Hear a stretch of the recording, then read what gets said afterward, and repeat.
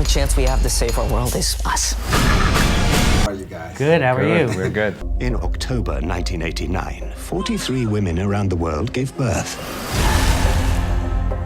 None of these women had been pregnant when the day first began. So you are kind of a different kind of superheroes. Yeah. Can you explain to somebody that never heard before about Umbrella Academy, what is this about? The interesting thing about Umbrella Academy is it's taken from when they were kids, right? So they were like a world famous family of superhero children, Yeah. right? And this show jumps into their world when they're like 17 years older and they're all like 30 years old and they all have to come back together because their father has died. And because of that upbringing they had as superhero children, they're all messed up in their own very individual ways.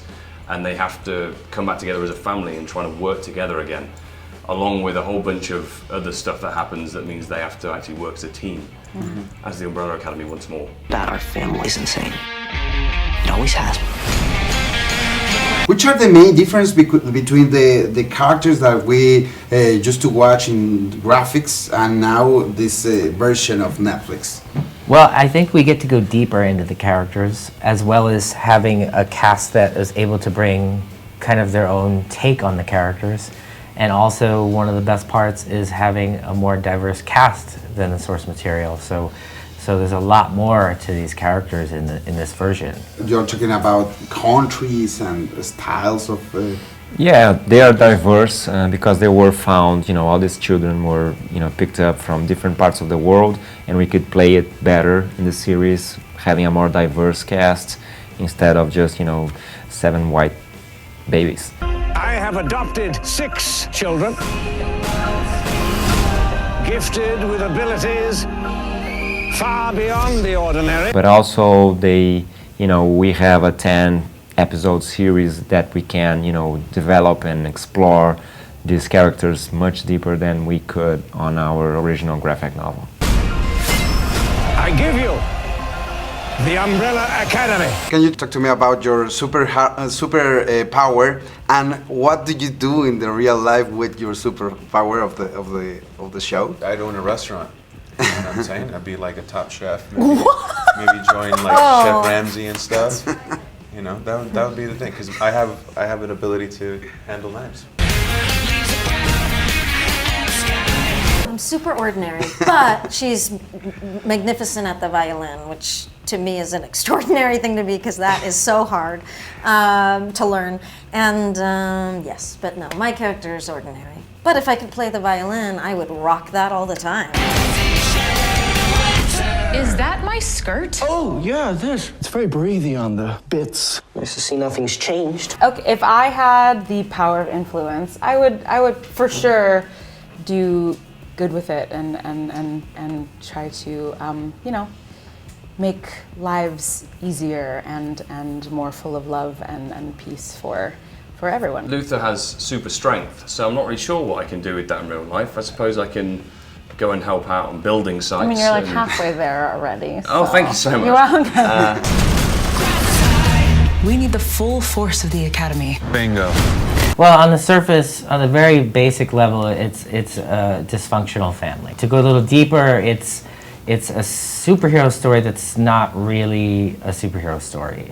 On the surface, it may look like one, but it goes much deeper than superhero stories. I think because it already was different. I think the source material was already so different from anything out there. When we first set out to do Umbrella Academy, I wanted something to exist that didn't exist. It was missing. I would go to the comic shops and I would look at the racks and I'd be like, this kind of superhero story is missing.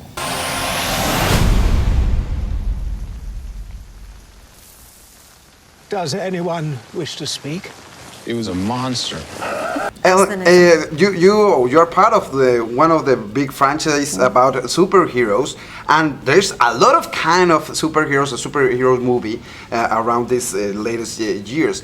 How can you be original doing this kind of stuff that everybody have watched in a certain way? What is the challenge that you face? There's a few things, I think, right? Because there's a family aspect of it, which is really interesting, and that is the thing that drives this show.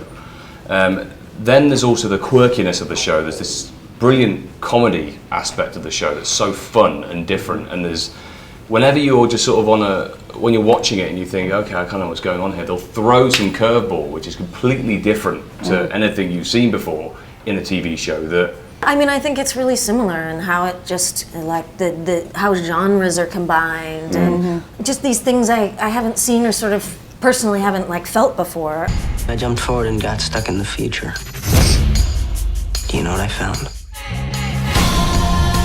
Absolutely nothing. I think we tackle the problems that our characters have and the life that they have and how they deal with that and how they solve their own problems, how they hang out and try to, you know, be with each other. And that's not something we see very often in superhero stories. When they have problems, they just, you know, disappear because, I don't know, they don't go to the bathroom or they don't have families and, you know, they don't fight. So that's what we want to tell. Thank you, guys. Thank you. Thank you, guys. You're welcome. Thank Nos vemos you. en el cine. Bye. Get up, we're going. Where? Save the world. Oh, is that all?